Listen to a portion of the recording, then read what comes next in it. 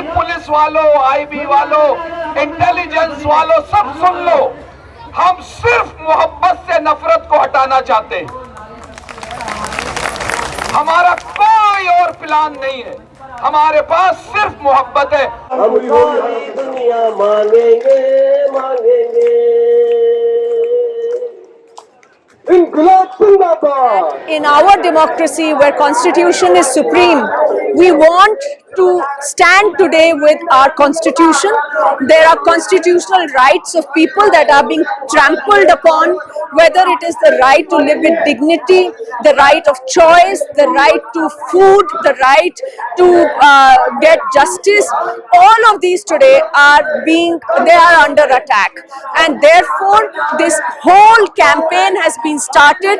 There were 75-kilometer yatras in different districts of the country, and today there is a culmination in Delhi at Jantar Mantar of the Nafrat Chodo Samvidhan Bachao Yatra, and this abhiyan, which basically is carrying the message that we oppose any form of violence and hate, and we stand with the constitution and the constitutional values, principles and rights.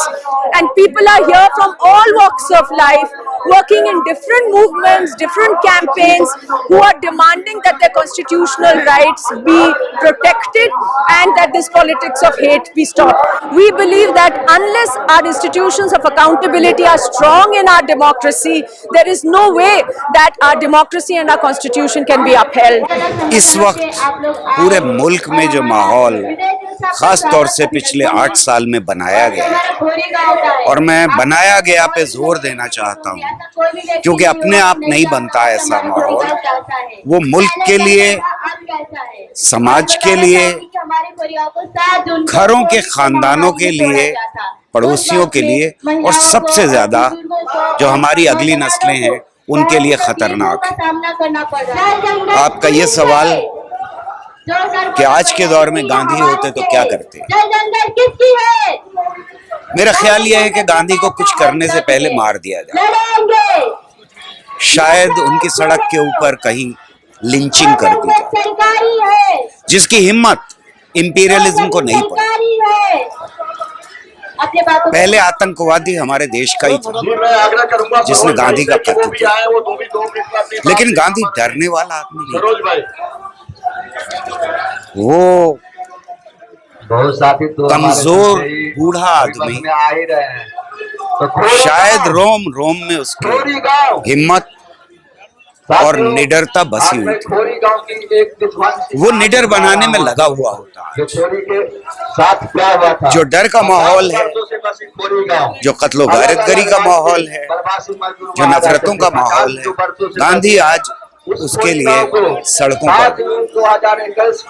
याद करें जब हिंदुस्तान आजाद होने वाला था तो कहां से कौन सी लाइन खींचेगी, किसको क्या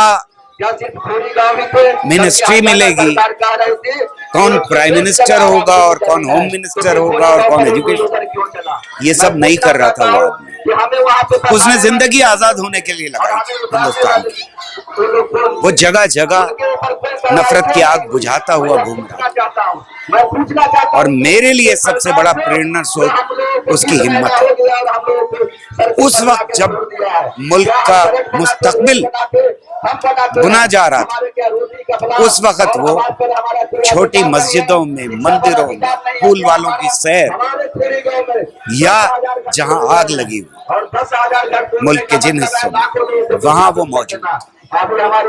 मेरे ख्याल में आज जरूरत इस बात की है इस मुल्क को कि यहाँ के जो पॉलिटिकल लीडरशिप है वो उठे और उन जगहों के ऊपर अपनी प्रेजेंस दिखाए हिम्मत के साथ, ताकि अवाम को, लोगों को ये हिम्मत एक बार फिर मिले कि वो पॉलिटिकल लीडरशिप को जो भरी हुई है नफरत से, उसको सबक सिखा सकती है इस मुल्क की ये जनता। आज अगर यहाँ गांधी होते क्या कहते, क्या करते?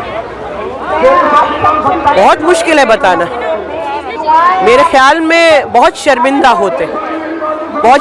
होते, क्योंकि गांधी ने कभी ऐसे हिंदुस्तान की कल्पना नहीं की थी। इन्हीं ताकतों ने गांधी को मारा, और आज ये ताकतें इस मुल्क पे हावी हो गई हैं।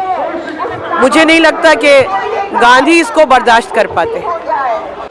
Today is the day Mohandas Karamchand Gandhi was assassinated by Nathuram Godse. Not very far from where I'm standing here in the heart of the national capital.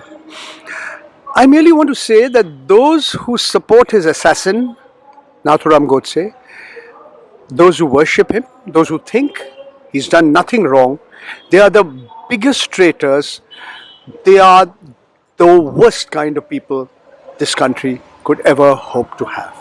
RSS के नेतृत्व वाली भाजपा नेतृत्व की केंद्र सरकार जिस तरह से देश के अंदर देश की महिलाओं, देश के नौजवानों, देश के मजदूरों, मुस्लिम के ऊपर हमला कर रहे हैं, क्रिश्चियंस के ऊपर हमला कर रहे हैं, आज आप आदिवासियों के ऊपर हमला कर रहे हैं, उन सब नफरत भरे माहौल को, कॉरपोरेट परस्ती को मात देने के मंसूबों को लेते हुए हिंदुस्तान की जनवादी, प्रगतिशील और तमाम जन आंदोलनों को एकताबद्ध करने के नजरिए से आज यहाँ पर ये कार्यक्रम विभिन्न जन संगठन कर रहे हैं और हम यहाँ आए हैं।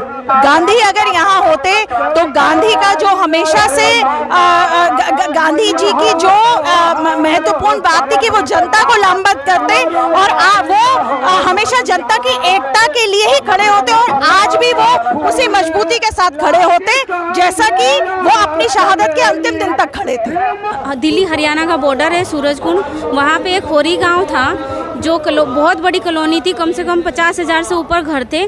सुप्रीम कोर्ट ने पिछले 2021 में 7 जून को नोटिस लगाया और 14 जुलाई से तोड़ना स्टार्ट किया था और उन्होंने बिना सर्वे, बिना ऐसे ही उजाड़ दिया लोगों को और उन लोगों के लिए सरकार ने कुछ भी नहीं किया, ना ही सर्वे किया और पुनर्वास भी नहीं किया, जबकि कोर्ट में यही था कि पुनर्वास दिया जाए तब उजाड़ा जाए और बेदर्दी से उजाड़ा गया 144 धारा लगाकर। उसी की संघर्ष की लड़ाई हम आज तक लड़ रहे हैं कि लोगों का घर टूटा है तो हमें घर चाहिए, हमें इंसाफ चाहिए। आप यहाँ क्या करने आए हैं? यहाँ जंतर मंतर पे हम लोग एक आवाज़ पहुँचाना चाहते हैं इसी माध्यम से कि सरकार तक हमारी आवाज़ पहुँचे ताकि हमारा जो हमें बेदर्दी से उजाड़ा गया हमें न्याय चाहिए। आज तक न्याय नहीं हुआ, 18 महीने हो गए। आप कहाँ रह रहे हैं इस वक्त? अभी हम लोग कुछ लोग खोरी गांव में झुग्गी बना के हम आज भी वहीं पे संघर्ष कर रहे हैं और कुछ लोग इधर उधर बेचारे भटक रहे हैं, लेकिन फिर भी हम लोग मजबूर हैं। जो जहाँ है वहाँ मजबूरी में रह रहा है और हम लोग बहुत परेशान हैं, लेकिन सरकार हमारी परेशानी नहीं समझ रही है और ना हमारी मांगों को पूरा कर रही है। हम भी भारत के ही वासी हैं, फिर सरकार हमें क्यों उजाड़ रही है, हमें क्यों, हम कहाँ जाएंगे? बाहर के लोग जो भारत के नहीं है उनको वो इधर बसाना चाहती है, पर जो बिल्कुल सचमुच में जो रियल में भारत के लोग हैं वो कहाँ जाएंगे? उसके बारे में सरकार क्यों नहीं सोचती है? वहाँ पे जहाँ पे सरकार जहाँ उजाड़ रही है वहाँ पे बच्चों की पढ़ाई है, लिखाई है, शिक्षा है, उनके आइडिया हैं। जहाँ हम जड़ जमाते हैं हमें पता चलता है ये हमारा घर है, 85 साल रहते हैं, 90 साल रहते हैं, फिर भी सरकार हमें बिना सोचे समझे उजाड़ देती है। ऐसा क्यों? बच्चों का भविष्य नहीं दिखता? बेटी बचाओ बेटी पढ़ाओ ऐसे नारा लगाते हैं, क्या वहाँ बेटियों की इज्जत नहीं होती, औरतों की इज्जत नहीं है? कैसे हम माने? हम आज़ादी में जी रहे हैं, जितने हमारे पुरखों ने इतनी मुश्किलों से अपनी जान गंवा के हमें आज़ादी दिलाई, फिर भी हम आज अपने आप को आज़ाद नहीं गुलाम समझ रहे हैं, क्योंकि हमें उन्हीं के इशारों पे चलना पड़ रहा है। हमारे घर को, जिस घर को हम लोग बुनियाद खड़ा करते हैं, हम बड़े पलते हैं, बड़े करते हैं, बच्चों को आज पता चलता है कि वो हमारा घर नहीं है। आप सोच समझ सकते हैं कि जहाँ से हमारा किसी पेड़ का अगर आप जड़ उखाड़ते हो तो दोबारा क्या आप उसको आसानी से लगा सकते हैं क्या? पूरा फ्यूचर, पूरा कैरियर खराब हो रहा है। जहाँ जहाँ घर तोड़ा जा रहा है वहाँ पे कहते हैं कि क्राइम बढ़ रहा है। क्यों बढ़ रहा है? आपने बच्चों को पढ़ाई नहीं देखा कि वो बच्चे कहाँ जाएंगे, लड़कियाँ कहाँ जाएंगी, तो वो क्रिमिनल नहीं बनेंगे तो क्या बनेंगे? कोरोना काल में हमारा खोरी गांव उजाड़ा, जहां आप बोल रहे थे कि घर में छुपो, और उस कोरोना काल में आपने 50,000 घर तोड़े। क्या सोच के तोड़ा आपने? कहाँ जाएंगे? वो चोर और क्रिमिनल नहीं बनेंगे बच्चे। वहाँ पे ईंट पत्थर बेच के, अपने घरों की ईंट पत्थर बेच के खाने पे मजबूर हैं। आज देश में इतनी बेरोजगारी है, गरीबों के लिए क्या किया जा रहा है? जहाँ हम 250 रुपये के गैस सिलेंडर लेते थे, अब हम 1000 रुपये से ऊपर में लेते हैं। आप ये बताओ, पूंजीपतियों को कोई फर्क पड़ता है क्या? गरीबों को फर्क पड़ता है। स्कूलों में टैक्स, जहाँ मर्जी टैक्स। सरकारी नौकरियां खत्म हो रही हैं, आने वाले टाइम में स्कूल भी खत्म हो जाएगा। I think that finally, when things crumble, when there is an attack on in a democracy on people, it has to be people who have to come to the streets. It's something we've learned from freedom fighters, from our martyrs, from Gandhi, and today on the 30th of January, when we've come together, it's really to say that we are going to reclaim our streets. We are going to come out, we are going to stand, we are going to say that in a democracy, as long as we say we are a democracy and we have our constitution, we are going to make sure that it's done in the principles and the values that our constitution espouses. नफरत फैल नहीं रहा है, नफरत फैल चुका है, बहुत गहराई में असर है। बहुत सारे लोगों को मिलकर शायद आने वाली 1-2 पीढ़ियां काम करना पड़ेगा, लगना होगा सबको। मुझे लगता है अगर गांधी जी होते आज की तारीख में तो अपने साथ फिर से करोड़ों देशवासियों को लेकर गांव-गांव लोगों के बीच यही मोहब्बत और प्रेम का संदेश लेकर चल पड़ते।